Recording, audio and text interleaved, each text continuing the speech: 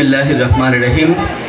বাংলাদেশ জামাত ইসলামী ৬ নং লামচর ইউনিয়নের ২ নং ওয়ার্ড কর্তৃক আয়োজিত আজকের এই বিশাল গণ ইফতার অনুষ্ঠানের সম্মানিত অতিথিবৃন্দ এবং আজকের এই প্রোগ্রামের সম্মানিত সভাপতি, এলাকার সম্মানিত মুরব্বিয়ান ইকরাম, প্রিয় ছাত্র এবং যুবক ভাইয়েরা, আসসালামু আলাইকুম ওয়া রাহমাতুল্লাহি ওয়া বারাকাতুহু।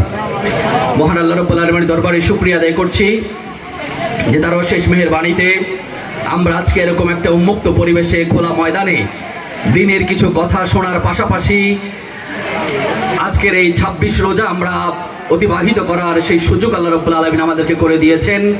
এই জন্য আল্লাহর দরবারে শুকরিয়া আদায় করি, আলহামদুলিল্লাহ। দরুদ ও সালাম পেশ করছি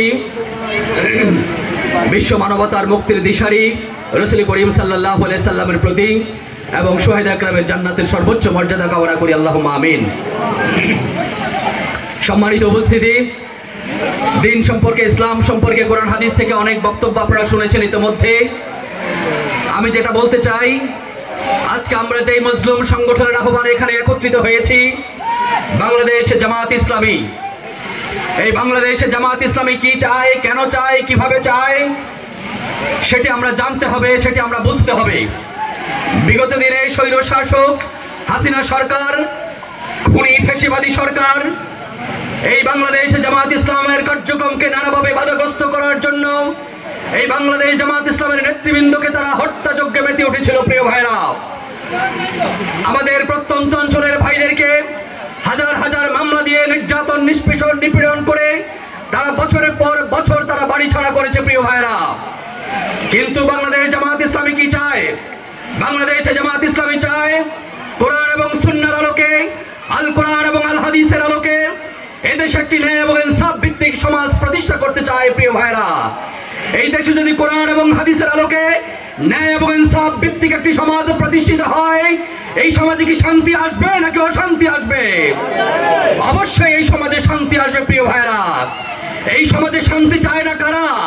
যারা দুর্নীতিবাজ, যারা লুণ্ঠনকারী, যারা চাঁদাবাজ, যারা টেন্ডারবাজ, যারা জবরদখলকারী, যারা নারী লিপ্তকারী, সেই সমস্ত অসৎ উপায় অবলম্বন করে সমাজে যারা বিশৃঙ্খল সৃষ্টি করতে চায়, তারাই শুধুমাত্র কোরআন সুন্নাহর আলোকে একটি ইসলামী সমাজ বিনির্মাণ হোক, সেটা তারা চায় না। প্রিয় ভাইরা, এই বাংলাদেশে স্বাধীনতার পরবর্তী এই ৫৪ বছরে এই বাংলাদেশ পাকিস্তান থেকে স্বাধীন হয়েছে ঠিকই, কিন্তু এই ৫৪ বছর বাংলাদেশ আবার ভারতের গোলামীর জিঞ্জিরের ভিতরে তারা প্রবেশ করেছে। প্রিয় ভাইরা, এই ৫৪টি বছরে এই ভারত বাংলাদেশকে বিভিন্নভাবে শাসন, শোষণ, নিষ্পেষণ করতে করতে এই দেশকে একটা তলেবিহীন ঝুড়িতে পরিণত করেছে। প্রিয় ভাইরা, সর্বশেষ এই আওয়ামী সরকার, খুনি হাসিনা সরকার এই বাংলাদেশের আলেম ওলামাদের উপর নির্যাতন করে, জাতীয়তাবাদী ইসলামী শক্তির উপর নির্যাতন করে এই দেশকে তারা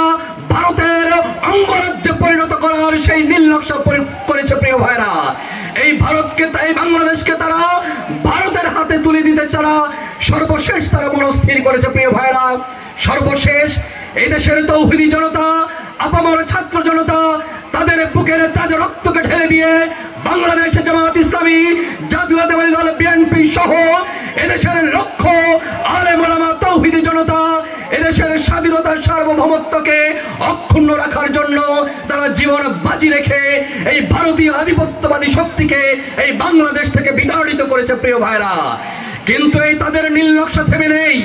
আজকের এই ইফতার মাহফিল থেকে আমরা ঘোষণা দিতে চাই, আগামী দিনেও যদি তারা কোনো ধরনের ষড়যন্ত্র, চক্রান্তের নীল নকশা করে থাকে, এদেশের আলেম ওলামা, তৌহিদি জনতা, ধর্মপ্রাণ মুসলমান তথা বাংলাদেশ জামাত ইসলামের লক্ষ লক্ষ তরুণ যুবক, আবাল বৃদ্ধ বনিতার বুকের মধ্যে ফোঁটা রক্ত থাকতেও তা বাংলাদেশে কখনো হতে দেব না। প্রিয় ভাইরা, আগামী দিনে এই দেশকে একটি সুখী সমৃদ্ধ দেশে পরিণত করার জন্য, কোরআন এবং সুন্নাহর আলোকে একটি ইসলামী সমাজ বিনির্মাণ করার জন্য, আল্লাহর আইন এবং সৎ লোকের শাসনের মাধ্যমে এই দেশ সমাজ থেকে সকল প্রকারের জুলুম, নির্যাতন, অন্যায়, অত্যাচার, পাপাচার দূরীভূত করার মাধ্যমে এই সমাজ একটি ন্যায় এবং ইনসাফ ভিত্তিক গণতান্ত্রিক সমাজ প্রতিষ্ঠা করতে চায় বাংলাদেশ জামাত ইসলামী।